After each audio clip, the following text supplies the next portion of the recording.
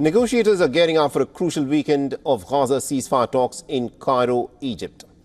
Hamas has said that while it is sending its delegates to Cairo, it will not take part in the discussions, as Israel has continued to bomb the occupied Palestinian territory.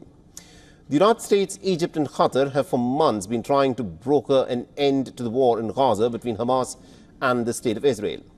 The White House claims that progress has been made in the latest round again this week. However, the possible permanent presence of Israeli troops occupying the Gaza-Egypt border has emerged as a major sticking point. A senior Hamas official said that a delegation from Hamas will only be meeting with senior Egyptian officials for updates on the negotiations and will not take part in these negotiations that they've described to be an illusion. Hamas has said that it will insist that Israel should withdraw all of its forces from all of Gaza, including from the border area with Egypt, known as the Philadelphia Corridor. The Israeli Prime Minister Netanyahu has, however, insisted on keeping troops along the corridor. Netanyahu has asserted that Israel needs to prevent Hamas from rebuilding its strength by smuggling in arms from Egypt. The basis of the Cairo talks are a framework that the American president had outlined on the 31st of May, which he described as an Israeli proposal to begin with.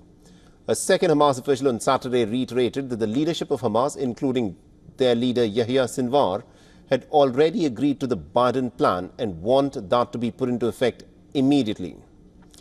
The three-phase plan that was outlined by Biden and then endorsed by the United Nations Security Council will initially see hostages being exchanged for the Palestinians who have been put inside of Israeli prisons during what Biden called as a full and complete ceasefire that would last for a period of 6 weeks.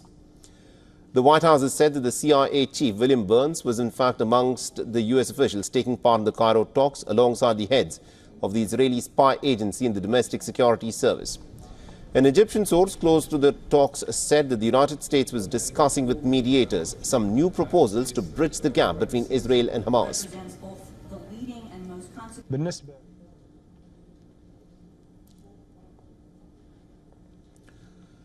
Meanwhile, there was more Israeli bombing in the Gaza Strip. Civil defense rescue sources reported the ongoing Israeli campaign of shelling the territory, especially in Gaza City's Zaytun neighborhood. There were reports of incessant Israeli shelling that took place.